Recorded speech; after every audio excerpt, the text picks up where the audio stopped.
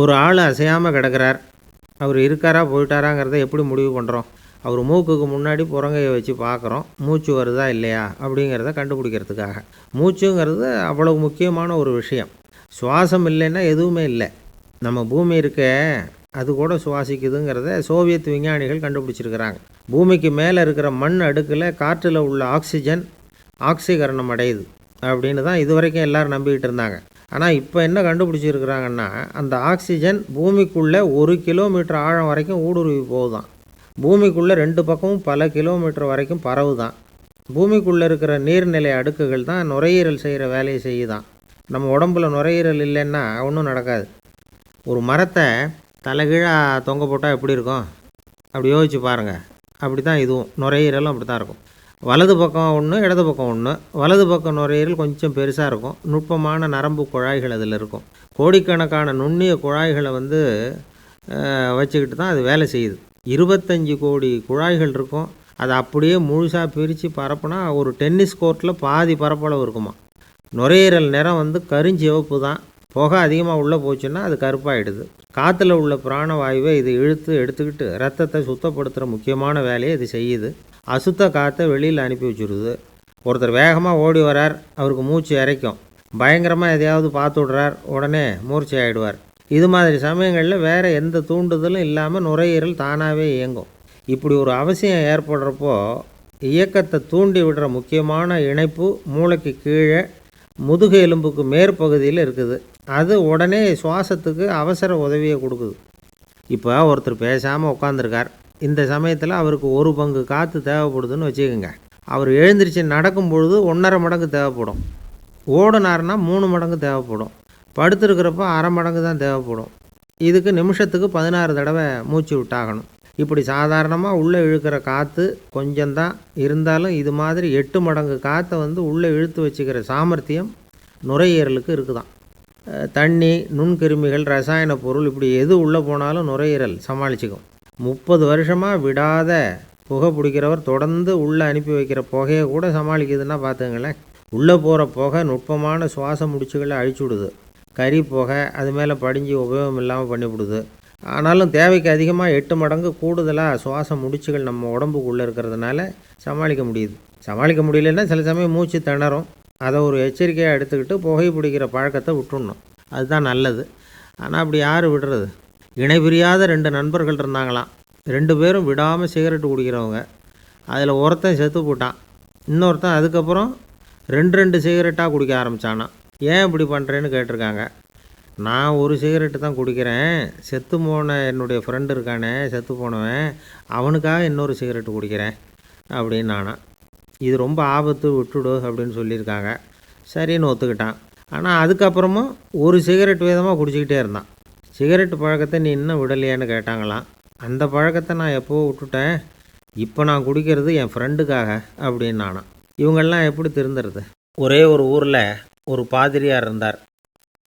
ரொம்ப நாள் சந்தோஷமாக வாழ்ந்தார்.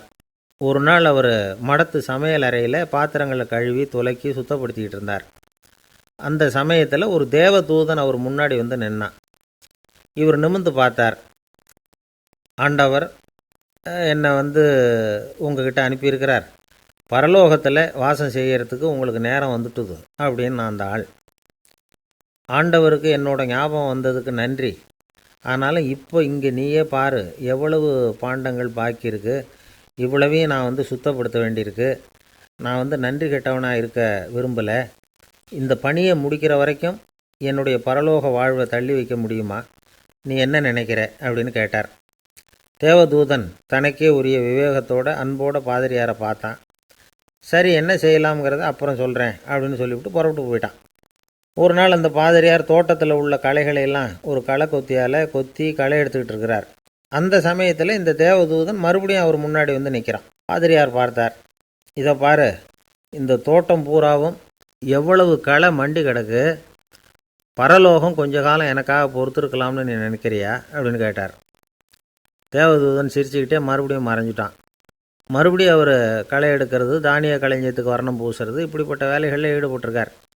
இன்னொரு நாள் ஒரு மருத்துவமனையில் நோயாளிகளை கவனிச்சிக்கிட்டு ரொம்ப தீவிரமாக இருக்கிறார் அந்த பாதிரியார். ஒரு நோயாளியோட தாகத்துக்கு தண்ணீர் கொடுத்துட்டு நிமிர்ந்து பார்க்குறப்போ தேவதூதன் மறுபடியும் அவர் முன்னாடி வந்து நிற்கிறான். இந்த தடவை பாதிரியார் தன்னலமற்றவராக பேரன்பை காட்டக்கூடிய வகையில் தன்னுடைய 2 கைகளையும் உயர்த்தியபடி தேவதூதனின் கவனத்தை வந்து பிணியால் வாடக்கூடிய நோயாளிகளின் பக்கம் திருப்பினாராம். தேவதூதன் ஒன்றும் சொல்லலை, மறைஞ்சிட்டான். அன்னைக்கு சாயந்தரம் பாதிரியார் வந்து மடத்தில் உள்ள தன்னுடைய அறைக்கு போய் இளைப்பாறினார். யோசித்து பார்த்தார். தேவதூதனையும் தேவதூதனின் விருப்பத்தையும் பல நாள் தள்ளி போட்டு வந்ததையும் அவர் ரொம்ப நினச்சி பார்த்தார். திடீர்னு தான் வந்து முதுமை அடைகிறதையும் சோர்வு அடைகிறதையும் உணர்ந்தார். ஆண்டவரை நினச்சார். ஆண்டவரே, உம்முடைய தூதனை மறுபடியும் என்கிட்ட அனுப்புனா நான் சந்திக்கிறதுக்கு ஆவலாக இருக்கேன் அப்படின்னு சொல்கிறப்பவே தேவதூதன் பக்கத்தில் வந்து நின்னான். பாதிரியார் நிமிர்ந்து பார்த்தார். நீ இப்போவே என்னை அழைச்சிக்கிட்டு போக விரும்பினா நான் பரலோகத்துக்கு வர்றதுக்கு தயாராக இருக்கேன்னார். தேவதூதன் அந்த பாதிரியாரை அன்போடவும் விவேகத்தோடவும் பார்த்து, நீங்கள் வந்து என் கூட பரலோகத்துக்கு வர்ற தயாராக இருக்கிறதா சொல்கிறீங்க, ஆனால் நீங்கள் இது வரைக்கும் வேறு எங்கே இருந்ததா நினைக்கிறீங்க அப்படின்னானா. அப்படின்னா இது வரைக்கும் இருந்த இடம் தான் பரலோகம் அப்படிங்கிறத உணர்த்தியிருக்கிறான். பரலோகம்னா என்னென்னு புரிஞ்சுக்கிறதுக்கு இந்த சம்பவம் நமக்கு உதவியாக இருக்குது. தொண்டு செய்கிறத விட பெரிய செயல் வேறு எதுவும் இருக்க முடியாது. அது நம்ம மனசுக்கு கொடுக்குற சுகத்தை வேறு எதுவும் கொடுக்க முடியாது. நாம் தொண்டு செய்கிற இடம் தான் அந்த புண்ணிய இடம். ஆனால் இந்த காலத்துல எல்லாம் நாம் வந்து தொண்டு செய்யணும்னு நினச்சி ஏதாவது ஆரம்பித்தா கூட அதை ஒரு மாதிரியாக சுற்றி நின்று வேடிக்கை பார்க்க ஆரம்பிச்சிடுறாங்க. ஒரு பெரியவர் அப்படி தான் ஒரு தொண்டு செஞ்சுக்கிட்டு இருந்தார். ஒரு கோவில் கட்டிக்கிட்டு இருந்தாங்க. அதில் ஒரு இடத்துல ஒரு பலகையை வச்சு ஆணி அடிக்கிற வேலையை செஞ்சுக்கிட்டு இருந்தார் அந்த பெரியவர். ஒரு சின்ன பையன் அதை ரொம்ப ஊக்கமாக அக்கறையாக கவனிச்சிக்கிட்டு இருந்தான். பெரியவர் இதை கவனித்தார். என்னப்பா பார்க்குற, உனக்கும் இது மாதிரி தொண்டு செய்யணும்னு ஆசையாக இருக்கா அப்படின்னு கேட்டார். அதுக்கு அந்த பையன் சொல்கிறான், அப்படி இல்லைங்க, நீங்கள் ஆணி அடிக்கிறப்போ கையில் சுத்தியால் அடிச்சுக்கிட்டா எப்படி துடிப்பீங்க, எப்படி கத்துவீங்கன்னு தெரிஞ்சுக்கிறதுக்காக அதை பார்க்கணும்னு ஆசை, அதுக்காக தான் காத்துக்கிட்டு இருக்கேன் அப்படின்னு நானும். இந்த உலகத்தில் எவ்வளவோ உயிரினங்கள் இருக்குது. ஒவ்வொன்றும் ஒவ்வொரு விதமாக சண்டை போடுது. இப்போ 2 மாடு சண்டை போட்டுக்குதுன்னு வச்சுக்கோங்க, என்ன பண்ணும்? 2 முட்டிக்கும். அதுக்கு சண்டை போடுறதுக்கு ஆயுதமாக உபயோகப்படுறது அதோட கொம்பு. 2 சேவல் சண்டை போட்டுக்குதுன்னு வச்சுக்கோங்க, அதுக்கு ஆயுதமாக உபயோகப்படுறது அதோட கால் நகம். காலால் தான் அது ஒன்றோட ஒன்று சண்டை போட்டுக்கும். ஆனால் 2 மனுஷன் சண்டை போட்டுக்கிறான்னு வச்சுக்கோங்க, இவன் இன்னதை தான் ஆயுதமாக உபயோகப்படுத்துவான்னு குறிப்பிட்டு சொல்ல முடியாது. கல்லை எடுப்பான், கத்தி எடுப்பான், துப்பாக்கி எடுப்பான், என்ன வேணாலும் பண்ணுவான். வாயால் திட்டுவான், கையால் அடிப்பான், காலால் உதைப்பான், சகலகலா வல்லவன். விலங்குகள்லாம் பொதுவாக வந்து வாயை வந்து சாப்பிட்றதுக்கு மட்டும்தான் உபயோகப்படுத்துது. ஆனால் இவனுக்கு சாப்பிட்றதுக்கும் அதுதான், சாப்பிட்டு விட்டு திட்டுறதுக்கும் அதுதான். ஆனால் ஒரு விஷயத்தில் மட்டும் கெட்டிக்கிறேன். அதாவது நாம் சண்டை போட்டுக்கிட்டாலும் பரவாயில்லை, கோழிகள் சண்டை போடாமல் இருக்கணும் அப்படின்னு ஆசைப்படுறான். எதுக்காக? கோழிகள் சண்டை போடாமல் இருந்தால் நிறைய முட்டைகள் போடுமா, அதுக்காக தான் இந்த அக்கறை. கோழி பண்ணை வச்சுருக்கிறவங்களுக்கு இது ஒரு பெரிய பிரச்சனை. அதாவது பண்ணையில் இருக்கிற கோழிகளுக்குள்ளே அடிக்கடி சண்டை வந்துடும். அதனால் முட்டை உற்பத்தி குறைஞ்சிரும். சரி, இதுக்கு என்ன பண்ணுறது? பண்ணையில் போய் உட்காந்துக்கிட்டு தினமும் பஞ்சாயத்து பேசிகிட்டு இருக்க முடியுமா? அமெரிக்காவில் கோழி பண்ணை வச்சுருக்கிற ஒருத்தர் இதை பற்றி யோசனை பண்ணி பார்த்தாராம். ஒரு வழியையும் கண்டுபிடிச்சிருக்கார். கோழிக்கெல்லாம் மூக்கு கண்ணாடி மாட்டி விட்டுட்டோம்னா அது சண்டை போடுற குணம் குறைஞ்சிரும், முட்டை அதிகமாகிடும். அந்த கண்ணாடியில் உள்ள லென்ஸு சிவப்பு நிறத்தில் இருக்கணும், அவ்வளவுதான் அப்படின்னு அவர் கண்டுபிடிச்சாராம். இது ஏற்கனவே நடைமுறையில் கண்டுபிடிக்கப்பட்ட ஒரு விஷயம். ஆனால் எல்லா கோழிக்கும் சிவப்பு மூக்கு கண்ணாடி எப்படி மாட்டி விட்றது? அப்படியே மாட்டி விட்டாலும் அது நழுவாமல் இருக்கணுமே. இப்போ நாமெல்லாம் நடு விரலால் மூக்கு கண்ணாடி நடுவில் தொட்டு அப்படி ஸ்டைலாக சரி பண்ணிக்கிறோம். அது மாதிரி கோழி எப்படி சரி பண்ணிக்கும்? இதுதான் பிரச்சனை.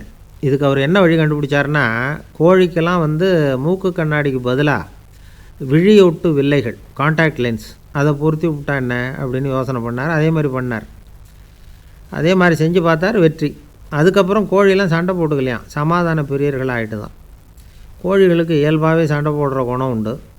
ஆனால் அதோட கண்ணுக்கு பார்க்குற பொருள்லாம் ரோஜா நிறத்துலையோ அல்லது இன்னும் சொல்லப்போனால் அழுத்தமான சிவப்பு நிறத்துலையோ தெரிஞ்சதுன்னா சண்டை போடுற குணம் குறைஞ்சிருதான்.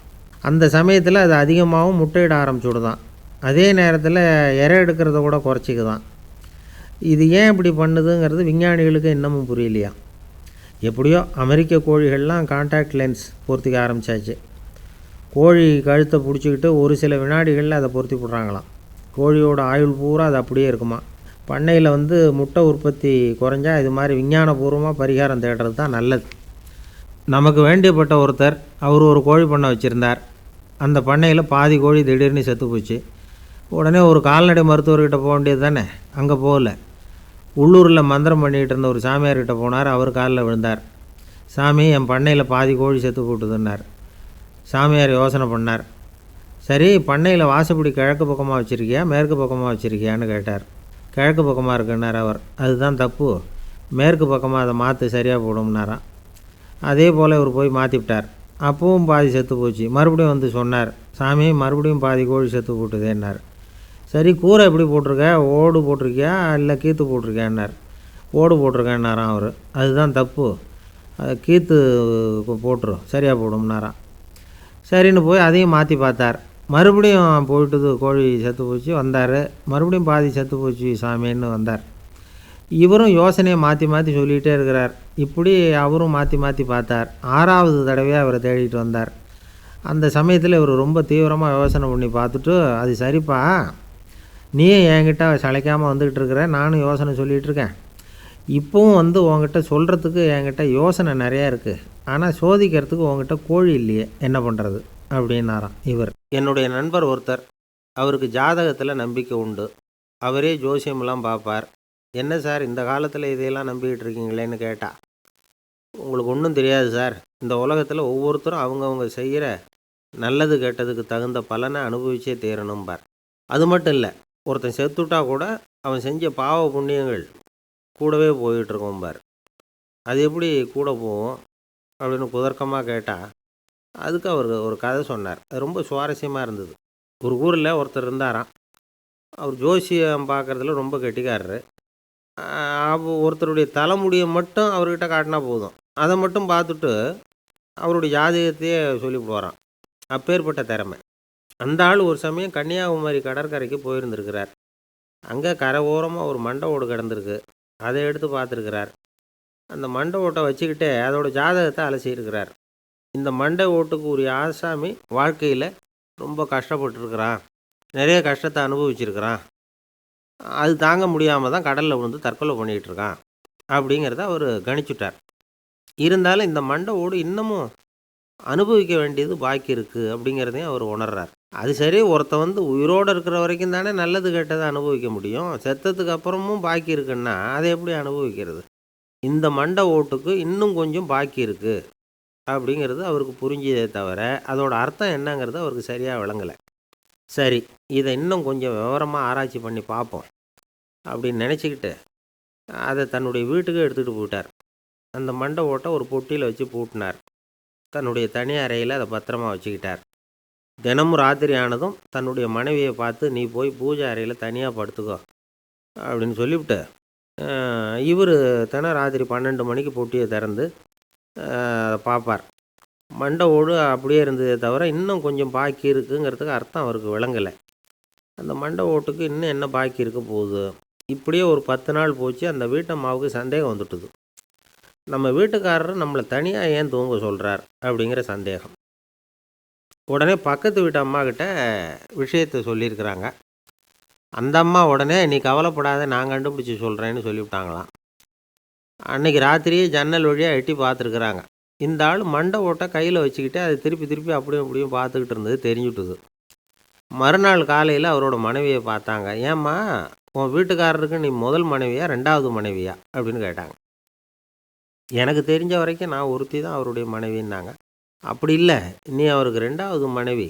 முதல் மனைவியின் மண்டை ஓடு தான் அவர் கையில் இருக்குப்போ, அதை தான் அவர் தினமும் ராத்திரியில் எடுத்து பார்த்துக்கிட்டு இருக்கிறாரு அப்படின்னு விட்டாங்க அந்த அடுத்த வீட்டம்மா. அப்படியா விஷயம்னு சொல்லிவிட்டு கணவன் வீட்டில் இல்லாத நேரமாக பார்த்து அந்த மண்டை ஓட்டை எடுத்து கொண்டாந்து ஒரு உரலில் போட்டு உலக்கையால் குத்தி நொறுக்க ஆரம்பிச்சுட்டுது அந்த அம்மா. வெளியே போயிருந்த அந்த ஆள் அப்போ தான் உள்ளே நுழைஞ்சார். மண்டை ஓடு உலக்கைக்கிட்ட குத்து வாங்கிட்டு இருக்கு. அது அனுபவிக்க வேண்டியது இன்னும் கொஞ்சம் பாக்கி இருக்குது அப்படிங்கிறதுக்கான அர்த்தம் எனக்கு இப்போ தான் புரிஞ்சுதுன்னாராம் அவர். இந்த கதையிலேருந்து நாம் இன்னொரு நீதியையும் புரிஞ்சுக்கணும். அதாவது நம்ம வீட்டை பற்றி நமக்கு தெரியாததெல்லாம் அடுத்த வீட்டுக்காரங்களுக்கு நல்லா தெரியும். அம்மாக்காரங்களுக்கு அடிக்கடி ஏற்படுற கவலை ஒன்று உண்டு. அதாவது குழந்தை சரியாக சாப்பிட மாட்டேங்குதே அப்படிங்கிற கவலை. இவங்கெல்லாம் ஒரு விஷயத்தை நல்லா புரிஞ்சுக்கணும். குழந்தைகள்ங்கிறவங்க பெரியவங்க மாதிரி இல்லை. அவங்க கடிகாரத்தில் மணியை பார்த்துட்டு சாப்பிட்றதுக்கு உட்கார்ற ரகம் கிடையாது. பசிச்சா சாப்பிடுவாங்க, இல்லைன்னா விளையாடுவாங்க அல்லது தூங்குவாங்க. அது புரியாமல் அவங்கள கட்டாயப்படுத்தி அல்லது மிரட்டி சாப்பிட வைக்கிறது ரொம்ப தப்பு. ஒரு 8 மாத குழந்தைக்கு 3 மணி நேரத்துக்கு ஒரு தடவை பசிக்கும். அந்த நேரம் பார்த்து சாப்பாடு கொடுத்தா அடம் பண்ணாமல் அது பாட்டுக்கு சாப்பிட்ரும். அதே குழந்தைக்கு 1 வயசு ஆகிறப்போ 4 மணி நேரத்துக்கு ஒரு தடவை பசிக்கும். இந்த வயசில் இயற்கையாகவே பசி குறைஞ்சிருக்கும். அது புரியாமல் என் குழந்தை முன்னாடி மாதிரி இப்போ சரியாக சாப்பிட மாட்டேங்கிறான் அப்படின்னு சில பேர் டாக்டர்கிட்ட போய் சொல்லிக்கிட்டு இருப்பாங்க. இன்னொரு விஷயம், ஒரு குழந்தைக்கு வயசு அதிகமாகிற வேகத்துக்கு உடம்பு எடையும் அதிகமாகிக்கிட்டே போகாது. உடம்பு எடை அதிகமாகிற வேகம் குறைஞ்சிக்கிட்டே வரும். 6 மாத குழந்தைக்கு ஒரு வாரத்தில் 150 கிராம் எடை கூடும். ஒரு வயசில் வாரத்துக்கு 71 கிராம் எடை கூடும். இது புரியாமல் அதிகமாக சாப்பாட்டை கொடுத்து குழந்தைய கஷ்டப்படுத்தக்கூடாது. ஏன்னா அளவுக்கு மீறின உணவு அஜீரணத்தை உண்டு பண்ணிவிடும். குழந்தைக்கு ஒரு தட்டில் கொஞ்சமாக ஆகாரத்தை வச்சு கொண்டுகிட்டு போய் கொடுக்கணும். மலை மாதிரி குவிச்சு வச்சா அதை பார்த்ததுமே பசி அடங்கி போயிடும். அடித்து மிரட்டி பயமுறுத்தி குழந்தைய சாப்பிட வைக்கிற பழக்கம் இருக்குது பாருங்கள். அதுக்கு ஃபுட் ஃபோர்ஸிங் அப்படின்னு பேர். இப்படி பண்ணினா குழந்தைக்கு சாப்பாட்டில் விருப்பம் குறைஞ்சிரும். அதை கண்டாவே வெறுக்க ஆரம்பிச்சிடும். அது மாதிரி உளம் சார்ந்த பசி குறைவு, சைக்கோஜெனிக் அனோரெக்சியா, அது ஏற்படுமா. சாப்பாடுங்கிறதே ஒரு தண்டனை மாதிரி தோணும். குழந்தைகளுக்கு பிடிச்ச மாதிரியான ஆகாரத்தை கொடுக்கணும். சத்து அதிகம் இருக்குங்கிறதுக்காக அதுக்கு பிடிக்காத ஆகாரத்தை கொடுத்து கட்டாயப்படுத்தக்கூடாது. குழந்தைகளுக்கு 2 வயசு ஆகிறப்போ இயற்கையாகவே எதிர்மறை குணம் உண்டாகும். அதாவது அந்த எதிர்மறையாக பேசுகிறது. இது மாதிரி சமயங்களில் நாம் என்ன சொல்கிறோமோ அதுக்கு நேர்மாறாக நடந்துக்கும். ஏட்டிக்கு போட்டி. சாப்பிட சொன்னால் விளையாட போவோம், விளையாட சொன்னால் சாப்பாடு கேட்கும்.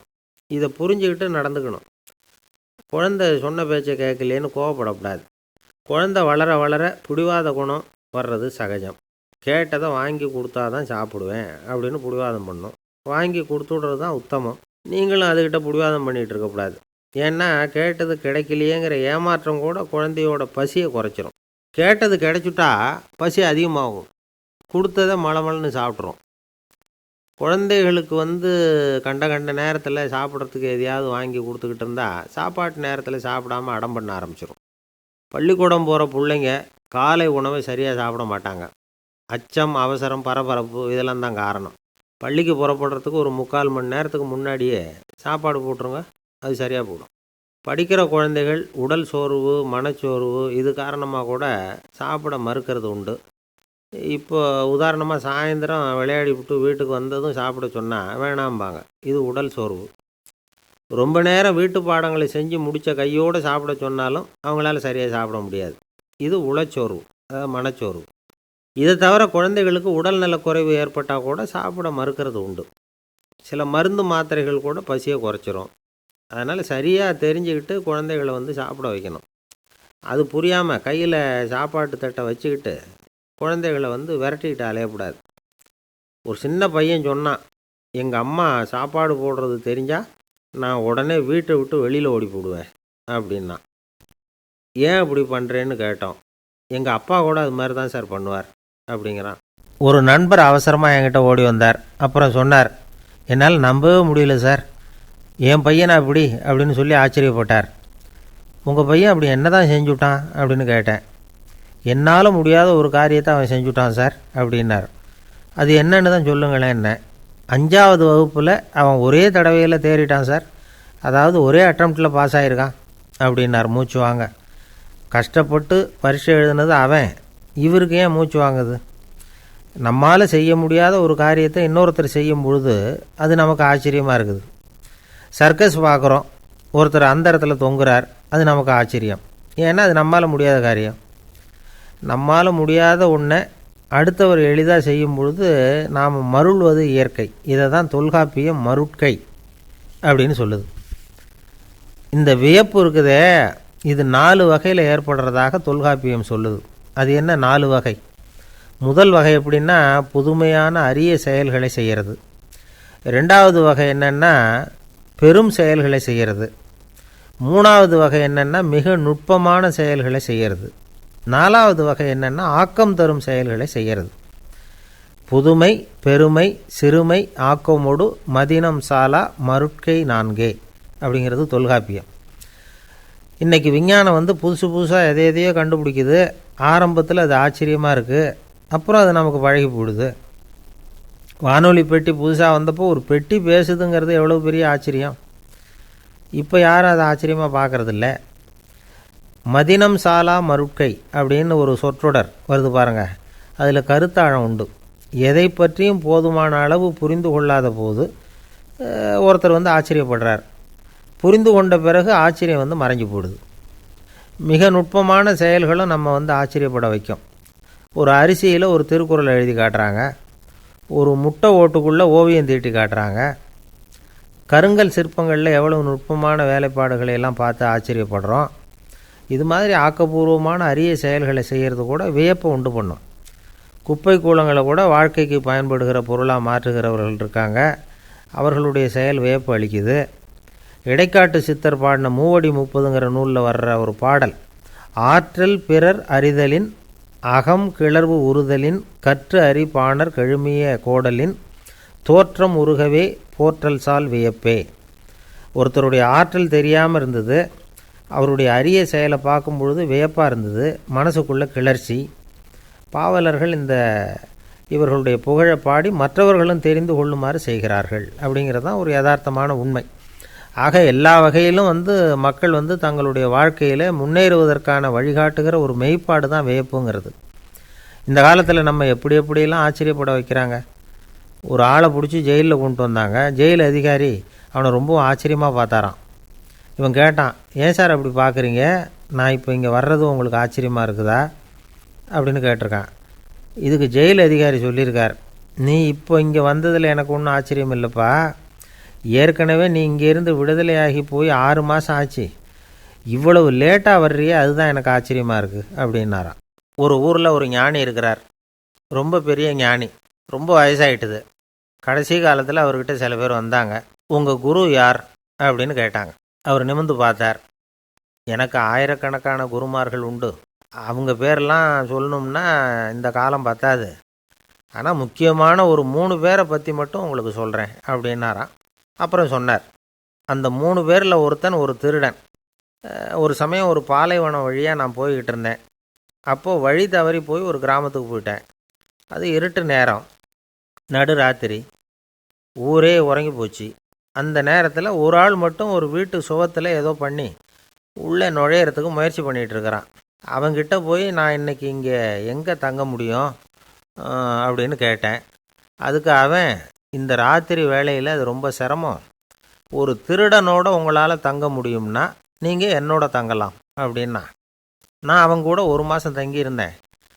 ஒவ்வொரு நாள் ராத்திரியும் இப்போ நான் என்னுடைய வேலைக்கு போகிறேன், நீங்கள் ஓய்வு எடுத்துக்கோங்க அப்படின்னு சொல்லிவிட்டு போவான்.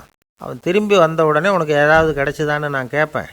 அதுக்கு அவன், இன்றைக்கி ராத்திரி ஒன்றும் இல்லை, நாளைக்கு மறுபடியும் முயற்சி பண்ணுவேன் அப்படின்பா. எப்பவும் அவன் நம்பிக்கை இழந்ததே கிடையாது, எப்பவும் சந்தோஷமாகவே இருப்பான். நானும் ரொம்ப காலமாக தியானம் பண்ணிக்கிட்டே இருந்தேன், ஒன்றுமே நடக்கலை. ஆனால் நான் என்ன பண்ணேன் தெரியுமா, மனசு வருத்தப்படும், நம்பிக்கை இழந்துருவேன். அப்போல்லாம் அந்த திருடனுடைய விடாமுயற்சி தான் ஞாபகத்துக்கு வரும். அதனால் அந்த திருடன் எனக்கு ஒரு குரு. என்னுடைய 2வது குரு யாருன்னா அது ஒரு நாய். இது எப்படின்னா, ஒரு சமயம் எனக்கு ரொம்ப தாகமாக இருந்தது. ஒரு நதியை நோக்கி போய்கிட்டு இருந்தேன். அப்போ ஒரு நாயும் வந்தது, அதுக்கும் தாகம். ஓடி ஆற்றை பார்த்தது. அதோட நிழல் ஆற்றுல தெரிஞ்சுது. அதை பார்த்ததும் பயந்துட்டுது. அதாவது அது தன்னுடைய சொந்த உருவத்தையே கண்டு பயந்தது. அதை பார்த்து குறைக்குது, திரும்பி ஓடிச்சு. ஆனால் அதுக்கு தாகம் அதிகமாக இருந்ததுனால அது மறுபடியும் திரும்பி வந்தது. பார்த்தா மறுபடியும் தண்ணியில் நாயோட உருவம் தெரியுது. இப்படி சில தடவை பண்ணிச்சு. இருந்தாலும் கடைசியில் தண்ணியில் குதிச்சுட்டுது துணிஞ்சு. இப்படி குதித்த உடனே அதோட உருவமும் மறைஞ்சுட்டுது. இதை பார்த்தேன். நான் என்ன புரிஞ்சுக்கிட்டேன்னா, எவ்வளவு தான் பயம் இருந்தால் கூட ஒருத்தன் தைரியமாக காரியத்தில் இறங்கணும் அப்படிங்கிறத புரிஞ்சுக்கிட்டேன். இந்த போதனை அந்த நாய்கிட்ட இருந்து எனக்கு கிடைச்சிது. இது ஒன்று. அடுத்தது என்னுடைய 3வது குரு யாருன்னா அது ஒரு சின்ன குழந்தை. நான் ஒரு சமயம் ஒரு நகரத்துக்கு போனேன். அங்கே ஒரு குழந்தை எரிகிற மெழுகுவத்தி ஒன்று எடுத்துக்கிட்டு வந்தது. நான் அந்த குழந்தைய பார்த்து வேடிக்கையாக கேட்டேன், ஏன் பாப்பா இந்த மெழுகுவர்த்தியை நீயாவே கொளுத்துனியா அப்படின்னு கேட்டேன். ஆமான்னுது அந்த குழந்தை. சரி, இந்த மெழுகுவர்த்தி முன்னாடி எரியாமல் இருந்தது, இப்போ எரியுது. இந்த மெழுகுவர்த்திக்கு வெளிச்சம் எங்கேருந்து வந்தது, அதை எனக்கு காட்ட முடியுமா அப்படின்னு கேட்டேன் அந்த குழந்தைகிட்ட. இதுக்கு அந்த குழந்தை சிரிச்சுக்கிட்டு அந்த மெழுகுவர்த்தியை ஊதி அணைச்சுட்டுது. அதுக்கப்புறம் என்னை பார்த்து கேட்டுது, இப்போ இந்த மெழுகுவர்த்தியின் வெளிச்சம் போனதை பார்த்தீங்க இல்லையா, அது எங்கே போச்சுன்னு எனக்கு சொல்லுங்க அப்படின்னுது. அந்த குழந்தை இப்படி கேட்டதும் என்கிட்ட இருந்த ஆணவம் அழிஞ்சுட்டுது. நான் படித்ததெல்லாம் அந்த வினாடியில் சுக்கு நூறாக போட்டுது. என்னுடைய முட்டாள்தனத்தை நான் உணர்ந்தேன் அப்படின்னு இவ்வளவும் அந்த ஞானி விவரமாக சொன்னாராம். அதனால் நாம் இன்னார்கிட்டே இருந்து தான் இதை கற்றுக்கணுங்கிறது இல்லை, யாருக்கிட்டே இருந்தும் எதையும் கற்றுக்கலாம். நம்மால் ஒருத்தன் ஒரு நாய் வளர்த்துக்கிட்டு இருந்தான். அந்த நாய்க்கு வால் கிடையாது. யாரோ ஏற்கனவே வெட்டி எடுத்துட்டாங்க. இந்த நாய் தான் சார் எனக்கு குரு, அதுக்கிட்டே இருந்து கூட நான் பாடம் கற்றுக்கிட்டு இருக்கிறேன் அப்படின்னா. அப்படி என்ன கற்றுக்கிட்டேன் இந்த வால் இல்லாத நாய்கிட்டே இருந்து அப்படின்னு கேட்டோம். நாம் யாருக்கிட்டேயும் வாலாட்டக்கூடாது அப்படிங்கிற பாடத்தை அதுக்கிட்டே இருந்து தான் நான் கற்றுக்கிட்டேன் அப்படின்னா. ஒரு அம்மா தெருவில் உட்காந்து என்னத்தையோ தேடிட்டு இருக்கிறாங்க. அந்த அம்மா ஒரு சூஃபி ஞானி. அவங்க பேர் என்னென்னா ரபியா அல் அடாவியா. அந்த அம்மாவுக்கு கண் கூட தெளிவாக தெரியாது. அந்த பக்கமாக வந்த சில பேர் இவங்களுக்கு உதவி செய்கிறதுக்காக வந்தாங்க. என்ன தேடிகிட்டு இருக்கிறீங்க அப்படின்னு கேட்டாங்க. இதுக்கு அந்த அம்மா, அந்த கேள்வி அவ்வளோ முக்கியத்துவம் இல்லை, நான் தேடிகிட்டு இருக்கிறேன், உங்களால் முடிஞ்சால் எனக்கு உதவி பண்ணலாம் அப்படின்னாங்களாம். உதவி செய்ய வந்தவங்களுக்கு ஆச்சரியம். எதை தேடுறோங்கிறது தெரியாமல் இப்படி ஏன் நேரத்தை செலவழிக்கிறீங்க, நாங்கள் எப்படி உங்களுக்கு உதவ முடியும், எங்களுக்கு ஒன்றும் புரியலையே அப்படின்ட்டுருக்காங்க. சரி, உங்களை திருப்தி பண்ணுறதுக்காக சொல்கிறேன், ஒரு குண்டூசி தொலைஞ்சி போச்சு, அதை தேடுறேன் அப்படின்னாங்களாம் அந்த அம்மா. அதுக்கப்புறம் இவங்களும் சேர்ந்து தேட ஆரம்பிச்சிட்டாங்க. கொஞ்ச நேரம் ஆச்சு, ஒன்றும் கிடைக்கல. உதவி செய்ய வந்தவங்களும் அழுத்து போட்டாங்க. அப்புறம் கேட்டாங்க, இதை பாருங்கம்மா, இது ரொம்பவும் பெரிய தெரு, அகலமான தெரு, அதனால் குறிப்பாக நீங்கள் எந்த இடத்துல அந்த குண்டூசியை தொலைச்சிங்க அதை சொல்ல முடியுமான்னாங்களாம். இதுக்கு அந்த அம்மா, நீங்கள் மறுபடியும் அர்த்தமில்லாத கேள்வியை கேட்குறீங்க, உங்கள் கேள்விக்கும் நான் தேடுறதுக்கும் என்ன சம்மந்தம்னாங்களாம்.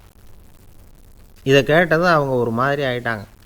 என்னம்மா நீங்கள் பைத்தியம் மாதிரி பேசுகிறீங்க அப்படின்னாங்களாம். சரி, உங்களை மறுபடியும் திருப்திப்படுத்துறதுக்காக சொல்கிறேன், அதை நான் எங்கள் வீட்டில் தொலைச்சுட்டேன் அப்படின்னாங்களாம். அப்புறம் எதுக்காக இங்கே வந்து தேடிட்டு இருக்கிறீங்க அப்படின்னு கேட்டிருக்காங்க. ஏன்னா இங்கே தான் வெளிச்சம் அதிகமாக இருக்குது, அங்கே வீட்டுக்குள்ளே இருட்டாக இருக்குது, அதனால் இங்கே வந்து தேடுறேன், வெளிச்சம் உள்ள இடத்துல தானே தேட முடியும் அப்படின்னாங்களாம் அந்த ஞானி. இந்த கதைக்கு என்ன அர்த்தங்கிறத பெரியவங்க சொல்கிறாங்க. அதாவது இந்த தேடுதல்ங்கிறது ஒரு வியாதி. அது நம்ம சதா அலைய வைக்கும், பைத்தியமாக மாற்றுறதுக்கு முயற்சி பண்ணோம். ஒரு காலம் அது நிறைவு அடையவே அடையாது. வாழ்வுங்கிறது ஒரு புரிந்து கொள்ள முடியாத சதா இயங்கி கொண்டிருக்கிற ஒரு செயல். அதுக்கு ஆரம்பமும் இல்லை, முடிவும் கிடையாது. எதையோ தேடணும் அப்படிங்கிற உந்துதல் நமக்குள்ளே இருக்கும், ஆனால் குறிப்பாக எதை தேடிட்டு இருக்கிறோம் அப்படிங்கிறது புரியாது. அப்படி ஏதாவது ஒன்றை தேடி அடைஞ்சிட்றோம்னு வச்சுக்கோங்க, உடனே ஒரு அதிருப்தி வந்துடும். அதனால் வாழ்க்கைங்கிறது சலிப்பு நிறைந்தது அப்படிங்கிற எண்ணத்தை உண்டாக்கிக்கிறோம்.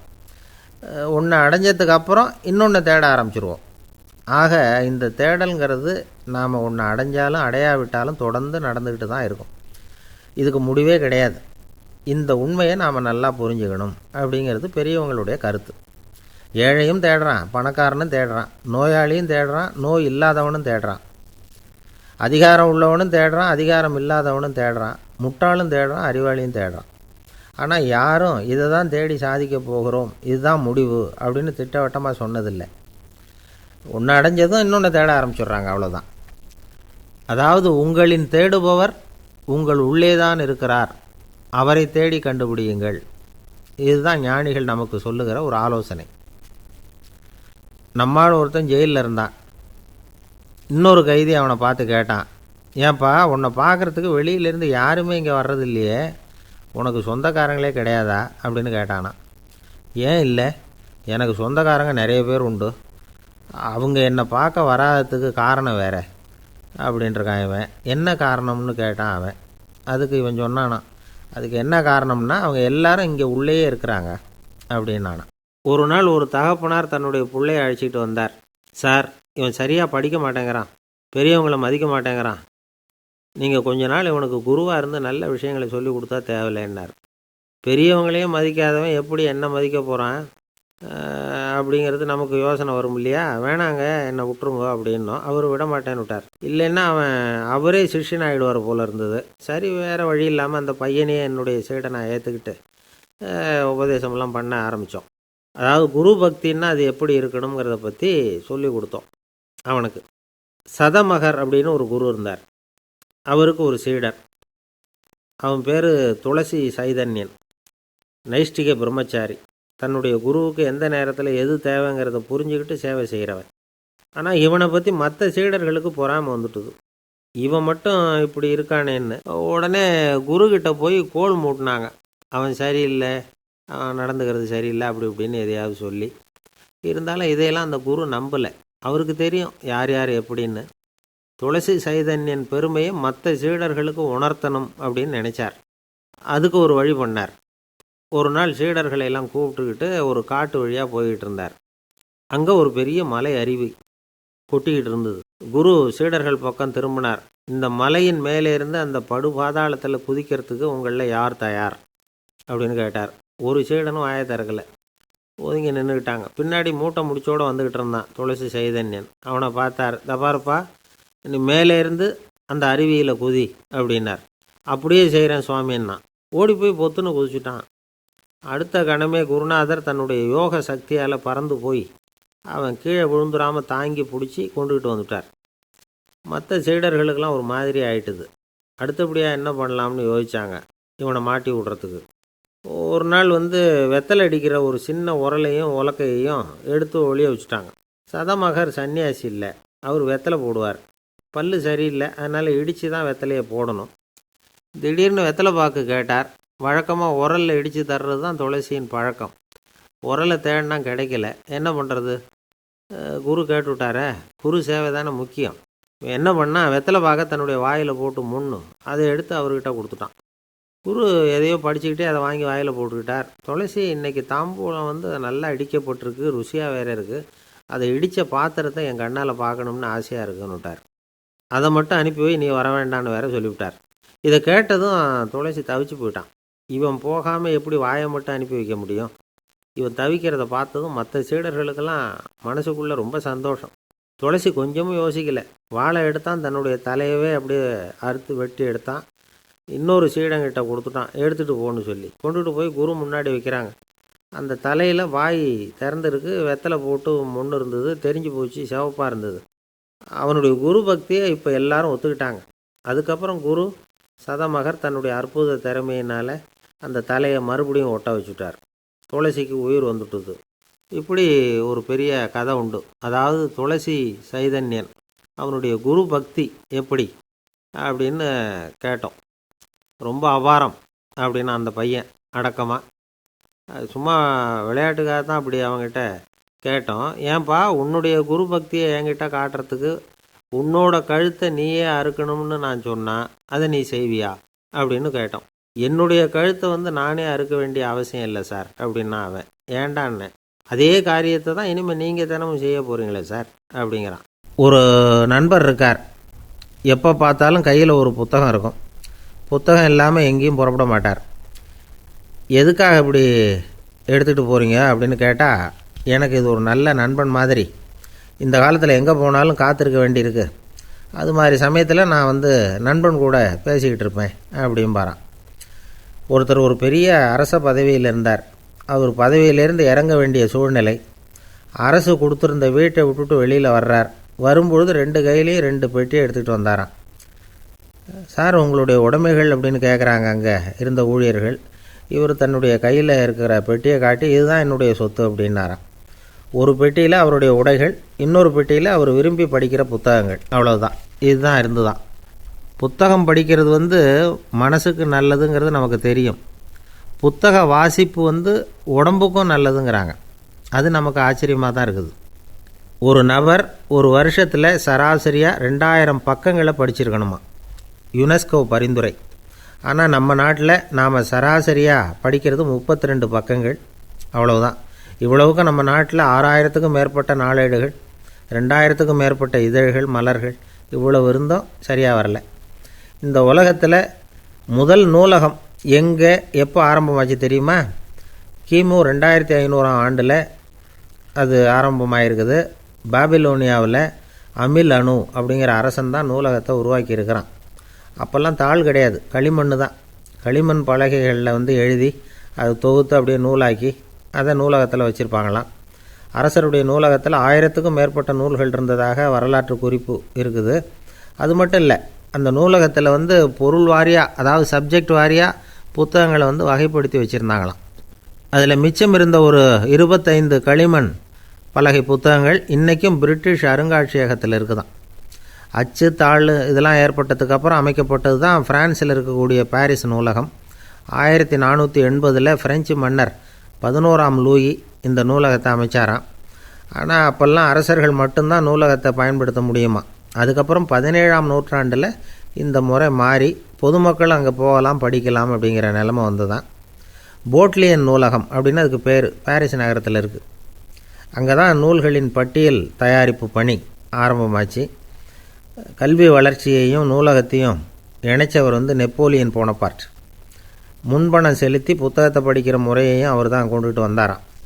மக்கள்கிட்ட வசூலிக்கிற வரியின் ஒரு பகுதியை நூலகத்துக்கு பயன்படுத்தினவரும் அவர் தானா.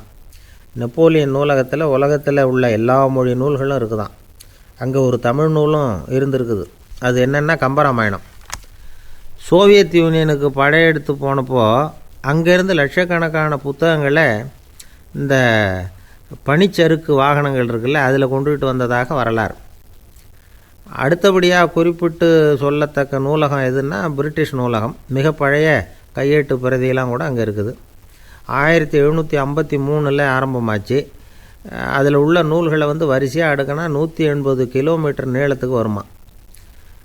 மிகப்பெரிய நூலகம் அமெரிக்க தலைநகர் வாஷிங்டனில் இருக்குதான். இந்தியாவை பொறுத்த வரைக்கும் பெரிய பழைய நூலகம் எதுன்னா கல்கத்தா நூலகம். எல்லா இந்திய மொழி நூல்களும் இங்கே உண்டு. மகாகவி பாரதியார் நடத்தின இந்தியாங்கிற இதழின் எல்லா பிரதிகளும் அங்கே பாதுகாப்பாக இருக்குது. படிக்கும் பழக்கம் இங்கே வளர வேண்டியிருக்குது. ஒருத்தர்கிட்ட ஒரு புஸ்தகத்தை கொடுத்து விமர்சனம் எழுத சொல்லியிருந்தாங்க. கொஞ்ச நாள் கழித்து அவரை போய் பார்த்து, என்னங்க புஸ்தகத்தை படித்து பார்த்தீங்களா அப்படின்னு கேட்டாங்களாம். இதுக்கு அவர் சொல்லியிருக்கிறார், இன்னும் நான் படித்து பார்க்கலிங்க, இப்போ தானே விமர்சனமே எழுதி முடிச்சிருக்கிறேன், இனிமே தான் படிக்கணும் அப்படின்னாராம். ஒரு சின்ன பையன் வந்தான். அவனை பார்த்து ஒரு கேள்வி கேட்டோம். ஏன்ப்பா உங்கள் வீட்டில் அம்மா புத்திசாலியா அப்பா புத்திசாலியா அப்படின்னு. அவன் அலட்சியமாக நம்மளை பார்த்து சிரிக்கிறான். என்ன சார் இது, இந்த காலத்தில் இது கூட தெரியாமல் இருக்கிறீங்களே அப்படிங்கிறான். ஒரு சின்ன பையன் நம்மளை பார்த்து இப்படி கேட்டுவிட்டானே அப்படின்னு நினைக்கிறப்போ நமக்கு ஒரு மாதிரி ஆகிடும். அதுக்கப்புறம்தான் இந்த தாத்தா பாட்டிலாம் சொல்கிற ஒரு கதை ஞாபகத்துக்கு வந்தது. அது என்ன கதை தெரியுமா? ஒரு ஊரில் ஒரு அம்மாவும் பிள்ளையும் இருந்தாங்களாம். அந்த மகனுக்கு திடீர்னு தேசாந்திரம் போய் வரணும்னு ஆசை வந்துட்டுது. ஊராக போய் சுற்றி பார்க்கணுங்கிற ஆசை. அந்த அம்மாவுக்கு இது பிடிக்கல. மகனை பிரிஞ்சு இருக்கிறதுக்கு அவங்க மனசு இடம் கொடுக்கல. வேணாப்பான்னு சொல்லி பார்த்தாங்க, அவன் கேட்கல. திடீர்னு புறப்படவும் செஞ்சுட்டான். சரி, இனிமேல் அவனை தடுக்க முடியாதுன்னு முடிவு பண்ணிக்கிட்டாங்க அந்த அம்மா. இருந்தாலும் புத்திசாலித்தனமாக ஒரு யோசனை பண்ணாங்க. மகனை கிட்டத்தில் கூப்பிட்டாங்க. அவங்ககிட்ட சொன்னாங்க, இதை பாருப்பா, நீ தேசாந்திரம் போகிறதுன்னு தீர்மானம் பண்ணிவிட்ட, அதை நான் தடுக்கலை, போயிட்டு வந்துடும். ஆனால் போகிறதுக்கு முன்னாடி எனக்கு ஒரு வாக்குறுதி கொடுத்துட்டு போ அப்படின்னாங்க. போகிறப்போ ராத்திரியாக இருந்தாலும் பகலாக இருந்தாலும் சரி, புளிய மரத்து நிழலில் தான் தங்கணும். திரும்பி வர்றப்போ இரவும் பகலும் நீ வேப்ப மரத்து நிழல்லே தங்கணும் அப்படின்னாங்க. சரி, அப்படியே செய்கிறேன்னு சொல்லி வாக்குறுதி கொடுத்தான் பையன். புறப்பட்டு போனான். போகிற வழியில் புளிய மரத்து நிழல்லையே தங்கினான், தூங்கினான். அப்படி போய்கிட்டே இருந்தான். 7ஆவது நாள் அவன் உடம்பு சுகமில்லாமல் போயிட்டுது. ரொம்பவும் பலவீனமாயிட்டான். இனிமேல் நடக்க முடியாதுங்கிற நிலைமை வந்துட்டுது. யோசித்து பார்த்தான். சரி, இதுக்கு மேலே போக வேண்டாம் அப்படின்னு முடிவு பண்ணிவிட்டு திரும்பி வர ஆரம்பிச்சிட்டான்.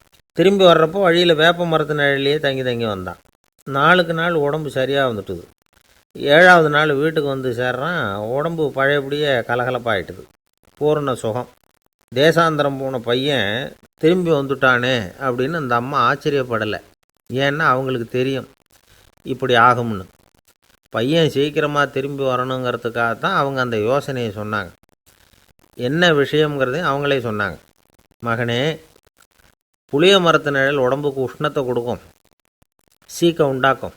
அதனால் நீ தொடர்ந்து புளிய மரத்து நிழலில் தங்கினாவே நோய்க்கு ஆளாயிட்ட. அதனால் நல்ல பயணத்தை முடிச்சுக்கிட்டு திரும்பி வரணுங்கிற முடிவுக்கு வந்துட்ட.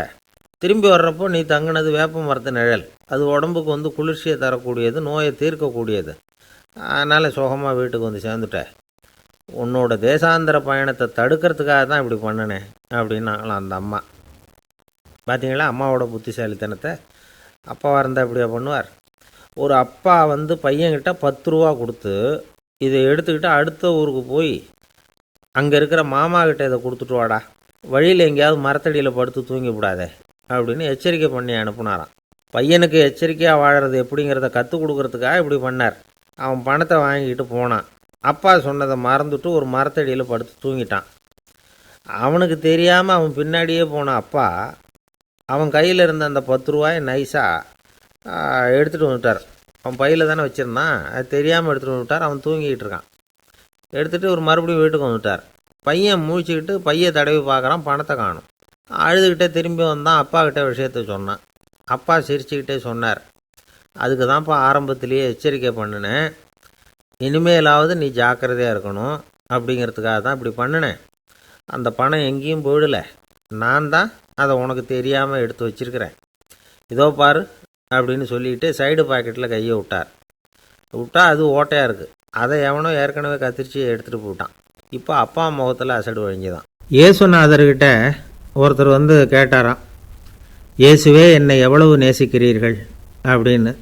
அவர் தன்னுடைய 2 கைகளையும் அகல விரித்து இவ்வளவு என்று சொல்லி சிலுவையில் உயிர் நீத்தார் அப்படின்னு சொல்லுவாங்க. அதாவது அந்த நேசிப்புக்கு எல்லை கிடையாது, அதே போல் மன்னிப்புக்கும் எல்லை கிடையாது. இது இயேசுநாதர் சொல்லி கொடுத்த ஒரு பாடம். இயேசுனுடைய சீடர்களில் ஒருத்தன் பீட்டர், அவன் ஒரு நாள் இயேசுநாதர்கிட்ட கேட்டிருக்கான், இயேசுவே நான் என்னுடைய தம்பிக்கிட்ட அடிக்கடி சண்டை போட்டுக்கிட்டு இருக்கிறேன், என்னுடைய சகோதரன் கூட. அவனை நான் எத்தனை தடவை மன்னிக்கிறது?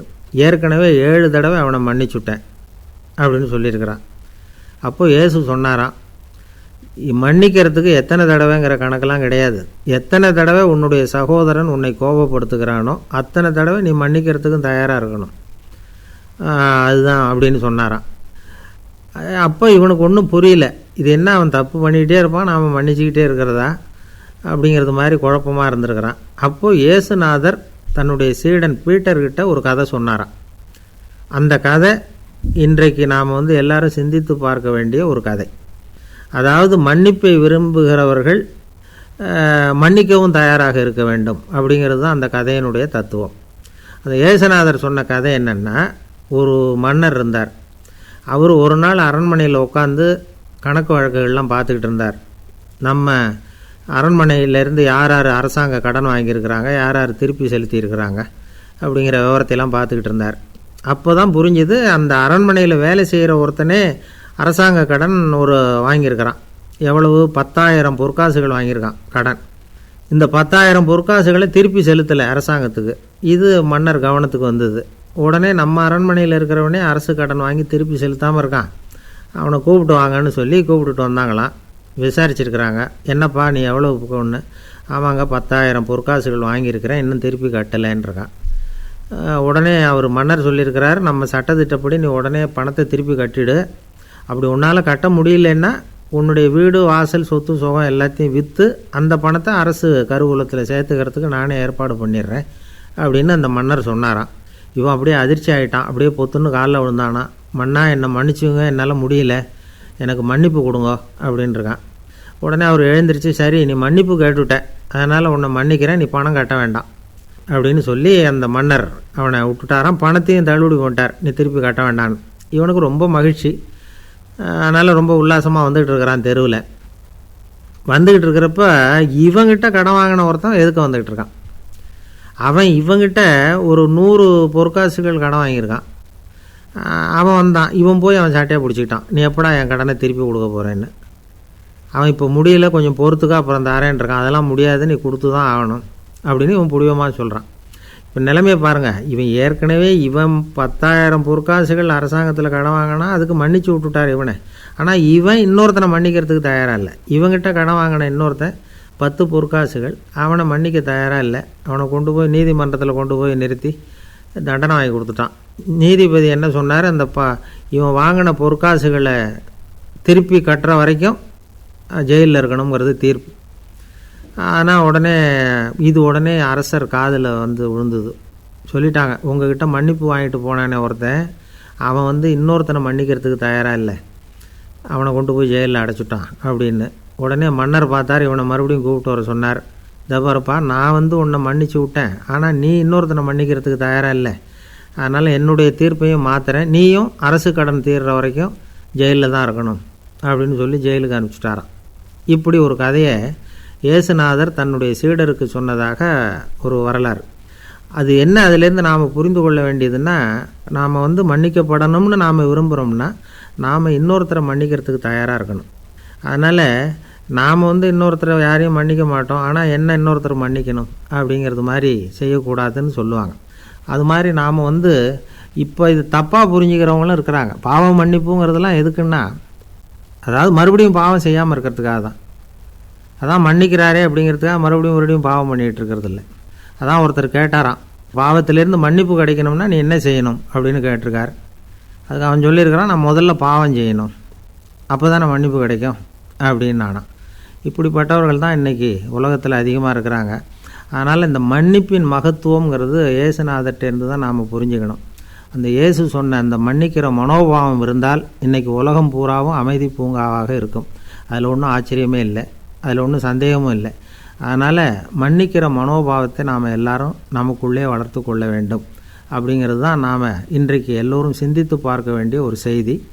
கங்கை கரை தோட்டம் பக்கத்தில் ஒரு ஆசிரமம், அங்கே ஒரு பெரியவர் தங்கியிருக்கிறார். அவர் தான் ராமகிருஷ்ண பரமஹம்சர். அந்த ஆசிரமம் இருந்த இடம் கரக்பூர். வங்காளத்தில் பொதுவாக எல்லோரும் மீன் சாப்பிட்றது உண்டு. கங்கையில் குளிச்சுட்டு கையில் ஒரு மீனோடு வர்றது வழக்கம். இவர் இருக்கிற இடத்துக்கு கங்கையில் படகு வழியாக வரணும். அப்படி தான் எல்லோரும் வருவாங்க. வர்றவங்கள ஒன்று கூட்டி ஆன்மீக விஷயங்களை பற்றி பேசிக்கிட்டு இருப்பார். ஒவ்வொரு நாள் ஒவ்வொருத்தர் நகரத்துக்கு போகணும், வரும்பொழுது மீன் கொண்டுக்கிட்டு வரணும். அதுக்கு ஒரு அட்டவணையே உண்டு ஆசிரமத்தில். அது பிரகாரம் ஒரு நாள் சுவாமி யோகானந்தர் படகில் போனார். படகை செலுத்தினவங்க ராமகிருஷ்ணரையும் சுவாமி யோகானந்தரையும் மற்றவங்களையும் பித்தர்கள் அப்படின்னு சொல்லி ஏளனமாக பேசினாங்க. அவங்க என்ன பைத்தியம் பிடிச்சவங்க அப்படிங்கிறது மாதிரி. சுவாமி யோகானந்தருக்கு ரொம்ப மென்மையான இதயம். இவங்க இப்படி கண்ணாபின்னான்னு பேசுகிறத பார்த்தா மீனை வாங்கிட்டு திரும்புகிறப்போ என்ன நடக்குமோ அப்படிங்கிற பயம் வேறு வந்துட்டுது அவருக்கு. அவ்வளவு மென்மையானவர். இதை தெரிஞ்சுக்கிட்ட ராமகிருஷ்ணர், யோகானந்தா இங்கே வா அப்படின்னு கூப்பிட்டார். இவர் கண்ணீரை தொடச்சிக்கிட்டே கிட்ட போனார். சொன்னார், ஐயா, படகு ஓட்டுறவங்க உங்களை பற்றி மோசமாக பேசுகிறாங்க. என்ன திட்டினா பரவாயில்ல, ஆனால் உங்களை அவங்க திட்டுறாங்க, அதை என்னால் தாங்கிக்க முடியல அப்படின்னார். இதை கேட்டதும் ராமகிருஷ்ணருக்கு கோபம் வந்துட்டு தான். என்னது, உன்னுடைய குருவை பற்றி அவங்க மோசமாக பேசும்பொழுது நீ சும்மா இருந்தியா, வெளியில் போ அப்படின்னு விட்டார். குரு நிந்தனை செய்கிறப்போ அதை கேட்டுக்கிட்டு சும்மா இருக்கலாமா? குரு நிந்தனையை கேட்டால் பாவம் இல்லையா? என்னை தூற்றும் போது அவங்க பாவம் செய்கிறாங்க, அதை கேட்டுக்கிட்டு நீ சும்மா இருந்தால் நீயும் பாவம் செய்கிற அப்படின்னாராம். அடுத்த நாள் சுவாமி நிரஞ்சனானந்தர் போக வேண்டிய நாள். இவர் படகுல போகும்பொழுதும் அதே மாதிரி நடந்து தான். அவங்க மோசமாக பேச ஆரம்பித்தாங்க, திட்ட ஆரம்பித்தாங்க. அப்படி கேலி பண்ண ஒருத்தனை இவர் என்ன பண்ணார், பலார்னு கன்னத்தில் அரைஞ்சிட்டார். இன்னொருத்தனை கங்கையில் தூக்கி எறியறதுக்கும் தயாராகிட்டார். அதுக்கப்புறம் அவங்க யாரும் வாயை திறக்கலை. மீன் வாங்கிட்டு வர்றப்பவும் படகுல ஒரே அமைதி, அவ்வளவு பயம் அவங்களுக்கு. ராமகிருஷ்ணர் கூப்பிட்டு விசாரித்தார் என்ன நடந்ததுன்னு. இவர் சொன்னார், அவர் யோகானந்தா போகும்பொழுது என்ன நடந்ததோ அப்படியே தான் இப்போவும் நடந்தது. குரு நிந்தனை செய்கிறத கேட்டுக்கிட்டு நான் சும்மா இருப்பேனா, ஒருத்தனை அப்படியே அரைஞ்சுட்டேன், இன்னொருத்தனை ஆற்றுல தூக்கி போட்டுருவேன்னு பயமுறுத்தினேன், அவ்வளவுதான் அப்படின்னாராம். இப்போவும் ராமகிருஷ்ணருக்கு கோபம் வந்துட்டு தான். என்ன இது, அணியறது காஷாயம், இருக்கிறது ஆசிரமம், உனக்கு இவ்வளவு கோபம் வந்ததுன்னா அப்புறம் என்னத்துக்கு ஆசிரமத்தில் இருக்கணும், பிரம்மச்சாரி எப்பவும் அமைதியாக இருக்கணும் அப்படின்னு அறிவுரை சொன்னாராம் ராமகிருஷ்ணர். அப்போ இவர் கேட்டாராம், ஏங்க அவருக்கு ஒரு விதமான அறிவுரை சொன்னீங்க, எனக்கு வேறு விதமாக அறிவுரை சொல்கிறீங்க, இதில் எது உண்மை அப்படின்னு கேட்டிருக்கார். இதுக்கு ராமகிருஷ்ணர் சொன்ன பதில் என்னென்னா, அட அசடே, சக்கரத்தில் காற்று அதிகமாக இருந்தால் குறைக்கணும், குறைச்சலாக இருந்தால் கூட்டணும். அவன் சாது, அவனுக்கு அதிக உணர்ச்சி தேவை, உனக்கு படபடப்பு அதிகம், உனக்கு பொறுமை தேவை அப்படின்னாராம். இதில் உள்ள கருத்து என்னென்னா, கல்விங்கிறது எப்படின்னா அதை சூழ்நிலைக்கு தகுந்த மாதிரி கற்பிக்கணும். எல்லாருக்கும் ஒரே மாதிரி கற்பிக்கக்கூடாது. கேட்குறவர் தகுதி, புரிஞ்சுக்கிற திறமை, இதை பொறுத்து கல்வி அமையணும். ஆரம்ப காலத்தில் ஒரு குரு, அப்போ ஒரு சீடன் இருந்தான். அது வேடிக்கையான குரு, வேடிக்கையான சீடன். ஒரு ஆசிரமம். ஒரு நாள் ஒருத்தன் அவசரமாக அந்த குருவை தேடி வந்திருக்கிறான். என்ன விஷயம்னு விசாரித்தார் குரு.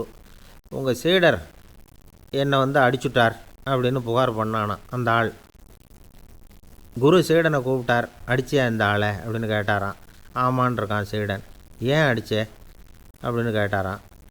இந்த ஆள் உங்களை பற்றி மட்டமாக பேசிவிட்டான், என்னால் அதை தாங்கிக்க முடியல, அதனால தான் அடிச்சுட்டேன்ருக்கான். அப்படி என்ன பேசினான் அப்படின்னு கேட்டாரான். உன்னுடைய குருநாதர் இப்போல்லாம் அர்த்தமில்லாமல் பேச ஆரம்பிச்சுட்டார் அப்படின்னு சொல்லிவிட்டான், அதனால தான் அடிச்சுட்டேன் அப்படின்னானா. அதுக்காக அடித்தே அப்படின்னாரான். நான் அதுக்காக அடிக்கலை குருவே, இப்போல்லாம் நீங்கள் அர்த்தமில்லாமல் பேசுகிறதாக அவன் சொல்கிறான், அப்படின்னா இது வரைக்கும் நீங்கள் அர்த்தத்தோடு பேசினதாகத்தானே அர்த்தம், அது தப்பு தானே, அதனால தான் அடித்தேன் அப்படின்னானா. நம்மளில் சில பேர் ரொம்ப தைரியமாக இருப்பாங்க. நாம் கூட சொல்கிறது உண்டு, அந்த ஆளுகிட்ட வர்றதுக்கு யமன் கூட பயப்படுவான் அப்படின்னு சொல்கிறது உண்டு. தைரியசாலிகளை நெருங்கிறதுக்கு யமன் பயப்படுவான் அப்படின்னு சொல்கிறது உண்மை தான், அது பொய் இல்லை. மன வலிமை இருக்குது பாருங்கள், அது மனுஷனை காப்பாற்றும். இது மருத்துவ ரீதியான உண்மை. உடல் கோளாறுகள் மன ஆரோக்கியத்தை பாதிக்கும். மன எழுச்சி, மன போராட்டம் இதெல்லாம் உடல் இயக்கத்தில் மாறுதலை உண்டாக்குது. சில வகையான நோய்களுக்கும் மனசுக்கும் இருக்கிற சம்பந்தம் என்னங்கிறத பற்றியெல்லாம் இப்போ ஆராய்ச்சி பண்ணுறாங்க. ஆஸ்மா, மூட்டு வலி, பெருங்குடல் அழற்சி, உயர் இரத்த அழுத்தம், சோரியாசிஸுங்கிற தோல் வியாதி, வயிற்று புண்ணு, இந்த தைராய்டு நச்சுத்தன்மை, இது மாதிரி நோய்களை உண்டாக்குறதுல மனசோட பங்கு என்னங்கிறத பற்றியெல்லாம் ஆய்வு பண்ணி பார்த்துருக்குறாங்க. எதுக்கு எடுத்தாலும் சோர்ந்து போகிறது, தோண்டு போகிறது, இப்படிப்பட்ட மனவாகு, அதோட யாரும் நமக்கு உதவ முடியாது அப்படிங்கிற மனோபாவம், கைவிடப்பட்ட மனநிலைமை, இதெல்லாம் நோயோட தீவிரத்தை ரொம்ப அதிகரிக்க செய்யுதான். இவங்கெல்லாம் அந்த கைகால் வலிக்குது, உடம்பு அசதியாக இருக்குது, தூக்கம் வரல, முதுகு வலிக்குது, உடம்புல உணர்ச்சி குறையுது, கை கால் விரல்லாம் மரத்து போகுது, இப்படி ஏதாவது சொல்லிக்கிட்டு டாக்டர்களை தேடி வந்துக்கிட்டு இருப்பாங்க. நெஞ்சு வலி யாருக்கு வருது தெரியுமா? பதற்றம், போட்டி மனப்பான்மை, அளவுக்கு அதிகமான வேகம், துடிப்பு, பேராசை, எதுலேயும் கட்டுப்பாடு, நேரம் தவறாமை, அப்புறம் இதெல்லாம் உள்ள மனவாக உள்ளவங்க இருக்கிறாங்கல்ல, அவங்க பெரும்பாலும் நெஞ்சு வலிக்கு ஆளாயிடுறாங்களாம். ஃப்ரீட்மேன் அப்படிங்கிறவர் நிறைய ஆராய்ச்சியெல்லாம் பண்ணி பார்த்துட்டு இதை உறுதிப்படுத்தியிருக்கிறார். அவர் பண்ணின ஆராய்ச்சியில் என்னெல்லாம் தெரிய வந்தது தெரியுமா? பொறுப்பு அதிகம் உள்ளவங்களுக்கு கண்டிப்பாக இரத்த அழுத்தம் வரும், அதிகமாக இருக்குமா. அதே மாதிரி கண்டிப்பாக இருக்கிறாங்கல்ல, அவங்களுக்கும் இரத்த அழுத்தம் அதிகரிக்குமா. இரத்த அழுத்தம் தனக்கு அதிகமாக இருக்குங்கிறத தெரிஞ்சுக்கிட்டவங்க தலைவலி, மயக்கம், இந்த தலை சுத்தல், அசதி, இது மாதிரியான உணர்வுகளை அவங்களுக்கு வந்துடும், அது மாதிரி உணர்வு. ஆனால் உண்மை என்ன தெரியுமா? இதெல்லாம் இரத்த அழுத்தத்தினால இல்லை, இரத்த அழுத்தம் கட்டுப்பாட்டுக்குள்ளே இருந்தால் கூட இவங்க இப்படி நினைக்கிறாங்களாம். இதுக்கு காரணம் மனசு தான் அப்படிங்கிறார் அவர். சில பேர் எப்படி தெரியுமா? ஒருத்தர் மாரடைப்பால் இறந்து போனார் அப்படின்னு கேள்விப்பட்டால் போதும், இறந்து போகிறதுக்கு காரணம் இதயம்தான் அப்படிங்கிற பீதியால், இதய தளர்ச்சி அப்படிங்கிற மனநோயால் பாதிக்கப்படுறார். இவங்கெல்லாம் அடிக்கடி தங்களுடைய இதய பகுதியை தொட்டு பார்த்துக்குவாங்க, நாடியை பிடிச்சி பார்த்துக்குவாங்க, அடிக்கடி மூச்சை உள்ளுக்கு இழுத்து வெளியில் விட்டு வலி வருதா அப்படின்னு பார்த்துக்கிட்டு இருப்பாங்க. வேறு எங்கேயாவது வலிச்சா கூட நெஞ்சை வலிக்குதா அப்படின்னு பார்ப்பாங்க. நெஞ்சு வலிக்குதுன்னு கூட சில பேர் சொல்ல ஆரம்பிச்சிருவாங்க. ஆஸ்மாவுக்கும் மனசுக்கும் சம்பந்தம் உண்டு. தீர்வு காண முடியாத மன போராட்டங்கள் எல்லாத்துக்கும் அடுத்தவங்களையே சார்ந்து இருக்கிற மனநிலை, இதெல்லாம் ஆஸ்மாவினுடைய தீவிரத்தை அதிகப்படுத்திடும். பயம், இது எப்படின்னா என்ன நடக்குமோங்கிற பதட்ட நிலை, அப்புறம் இந்த பயம் இதெல்லாம் வந்து சுவாசித்தலை வந்து அதிகரிக்க செய்யுது இல்லையா? இதனால் இரத்தத்தின் காரத்தன்மை அதிகமாகி நோயின் தீவிரமும் அதிகமாகுது. மனப்போராட்டம், மனக்கவலை, மன இறுக்கம் இதெல்லாம் வந்து தோல் வியாதியை தூண்டி விடுதான். இது மாதிரி இன்னும் எவ்வளவோ இருக்குது. அதனால் இன்றைக்கி நமக்கு தேவை என்னென்னா மன வலிமை, மலர்ந்த முகம். இது 2 இருந்துட்டுதுன்னா பலவிதமான நோய்கள் நம்மக்கிட்ட நெருங்கி வராது. டாக்டர், என்ன நெருங்காமல் இருக்கிறதுக்கு நான் ஒரு காரியம் பண்ணுறேன் அப்படின்னார் ஒருத்தர். அவர் என்ன அர்த்தத்தில் சொன்னார்னா, டாக்டர் வந்து அவரை நெருங்காமல் இருக்கிறதுக்கு அவர் ஒரு காரியம் பண்ணுறாராம். நண்பர்கிட்ட சொன்னார். நண்பர் கேட்டார், அது என்ன காரியம் பண்ணுற அப்படின்னு கேட்டார். தினம் ஒரு ஆப்பிள் பழம் சாப்பிட்றேன்னார் அவர். ஏன்னா ஆங்கிலத்தில் ஒரு பழமொழி சொல்லுவாங்கள்ல, an apple a day keeps doctor away அப்படிம்பாங்க. ஒரு ஆப்பிள் பழம் சாப்பிட்டா டாக்டர் விலகியே இருப்பார், டாக்டர்கிட்ட போக வேண்டிய அவசியம் இருக்காது அப்படிங்கிறதுக்காக அந்த பழமொழி சொல்கிறது. என்ன, நான் யாருமே நெருங்காமல் இருக்கிறதுக்கு நான் ஒரு காரியம் பண்ணுறேன்னார் இன்னொருத்தர். டாக்டர் நெருங்காமல் இருக்கிறதுக்கு ஆப்பிள் பழம் சாப்பிட்றேன்னார் அவர். என்னை யாருமே நெருங்காமல் இருக்கிறதுக்கு நான் ஒரு காரியம் பண்ணுறேன்னார் இன்னொருத்தர். அது என்னன்னு கேட்டோம். தினம் ஒரு பூண்டு சாப்பிட்றேன்னார். ஏ கார்லிக் எ டே கீப்ஸ் எவ்ரிபடி அவே அப்படின்னு அதுக்கு ஒரு புது விளக்கமும் கொடுத்தார். ஒருத்தர் சிகரெட்டும் கையுமா வந்தார். சார், இந்த புகைப்பிடிக்கிற பழக்கத்தை நிறுத்தி போடணும்னு தான் பார்க்குறேன், முடியலேன்னார். புகைப்பிடிக்கிறத நிறுத்துறது ரொம்ப சுலபம் சார் அப்படின்னார் இன்னொருத்தர். எப்படி சொல்கிறீங்கன்னு கேட்டார் அவர். நான் கூட ஏற்கனவே 10 தடவை அந்த பழக்கத்தை நிறுத்தி இருக்கிறேன் சார் அப்படின்னார் இவர். இதிலேருந்து என்ன தெரியுது? புகைப்பழக்கத்தை திடீர்னு விட்டு விடுறதுங்கிறது ரொம்ப கஷ்டம்னு தெரியுது. இருந்தாலும் இது சம்பந்தமான ஆராய்ச்சி, அனுபவம் இது 2ஐயும் அடிப்படையாக வச்சு சில வழிமுறைகளை சொல்கிறாங்க. அதாவது புகைப்பிடிக்கிறத நிறுத்துறதுக்கு 10 வழிகள் உண்டு அப்படின்னு சொல்கிறாங்க. அது என்னங்கிறது தெரிஞ்சுக்கிட்டா உபயோகப்படுதான்னு பார்க்கலாமே. முதல் கருத்து என்னன்னா, கொஞ்ச நாளைக்கு புகைப்பிடிக்கிற நண்பர்களை விட்டு விலகி இருக்கணும். இதனால் புகைப்பிடிக்கிற ஆசை குறையும். அந்த பழக்கத்தை மறுபடியும் ஆரம்பிக்கக்கூடாதுங்கிற எண்ணம் உறுதிப்படும். 2வது கருத்து, புகைப்பிடிக்கிறதை எதிர்த்து தீவிரமாக பிரச்சாரம் செய்ய ஆரம்பிச்சிடணும். அது அடுத்தவங்களுக்கும் உபயோகப்படும், உங்களுக்கும் உபயோகப்படும். உங்கள் உள்ளுணர்வை அது தூண்டும், உங்களை வந்து உறுதி கொள்ள வைக்கும். 3வது கருத்து என்னென்னா, தினமும் 2 தடவை குளிக்கணும். எப்படி தெரியுமா? முதல்ல வெது வெதுப்பான தண்ணீர், அப்புறம் குளிர்ந்த தண்ணீர், இப்படி மாறி மாறி குளிக்கணுமா. 4வது கருத்து, உடற்பயிற்சிகள் செய்யணும். மூச்சு வாங்குற மாதிரியான பயிற்சிகள் ரொம்ப நல்லதான். பிராணாயாமம் அப்படிங்கிற மூச்சு பயிற்சி ரொம்ப நல்லதுங்கிறாங்க. அப்புறம் 5வது கருத்து, சாப்பாடு வந்து மிதமாக இருக்கணும், சீராக இருக்கணும். பச்சை காய்கறிகள், பழங்கள் சாப்பாட்டில் சேர்த்துக்கலாம். அடிக்கடி கொஞ்சம் கொஞ்சமாக சாப்பிட்டு ரத்தத்தில் சர்க்கரையின் அளவை பராமரிக்கணும். இது வந்து நரம்புகளை வந்து அமைதிப்படுத்தும். 6வது கருத்து என்னென்னா, ரொம்ப நேரம் பசியோடு இருக்கக்கூடாது. புகைப்பிடிக்கிறத நிறுத்த முயற்சி செய்யும் பொழுது எடை குறைப்பு நடவடிக்கைகளை மேற்கொள்ளக்கூடாது. 7வது கருத்து, காப்பி, தேநீர், மதுபானம், அப்புறம் போதைப் பொருள்கள் கலந்த உணவுகள் இதெல்லாம் வேணாம். புகைப்பிடிக்கிறத அதெல்லாம் ஊக்கப்படுத்தும். கடுகு, மிளகு, அப்புறம் காரமான பொருள்களை தவிர்க்கணும். உப்பு அளவை குறைக்கணும். தினமும் 10 குவளை தண்ணீராவது குடிக்கணும். வெறும் தண்ணி புகைப்பிடிக்கிற ஆவலை வந்து தணிக்குதான். 8வது கருத்து, கையில் வந்து சிகரெட்டு, புகையில ஏதாவது இருந்தால் உடனே தூக்கி எறிஞ்சிருங்க. அது கையில் இருக்கிற வரைக்கும் புகைப்பிடிக்கிற ஆசை வந்துக்கிட்டே இருக்கும். 9வது கருத்து என்னென்னா, இறை நம்பிக்கை உள்ளவங்க புகைப்பிடிக்கிற எண்ணம் வர்றப்போவெல்லாம் பிரார்த்தனை செய்ய ஆரம்பிச்சுடலாம். 10வது கருத்து, உங்களுக்கு ரொம்பவும் வேண்டியவங்க யாரோ அவங்கக்கிட்ட எல்லாம் நீங்கள் புகைப்பிடிக்கிறத நிறுத்தி விட்டதாக சொல்லிவிடுங்க. இந்த 10 வழிகளையும் கடைபிடிக்க ஆரம்பிச்சுட்டா புகைப்பிடிக்கும் பழக்கத்தை நிறுத்தி விடலாம் அப்படின்னு சொல்கிறாங்க அனுபவப்பட்டவங்க. முயற்சி பண்ணி பார்க்கலாம். ஒரு முக்கியமான இடத்துல நின்றுக்கிட்டு இருந்தார் ஒருத்தர். அங்கே வந்த இன்னொருத்தர், ஏன் சார் இந்த இடத்துல சிகரெட் பிடிக்கலாமா அப்படின்னு அனுமதி கேட்டார். இந்த இடத்துல சிகரெட் பிடிக்கக்கூடாதுங்க அப்படின்னாரு இவர். நீங்கள் இப்படி சொல்கிறீங்க, ஆனால் இந்த இடத்துல கீழே நிறைய சிகரெட் துண்டுகள் கிடக்குதே, அவங்கெல்லாம் யார்? அவங்கெல்லாம் உங்கள் மாதிரி என்கிட்ட அனுமதி கேட்காதவங்க அப்படின்னாராம் இவர்.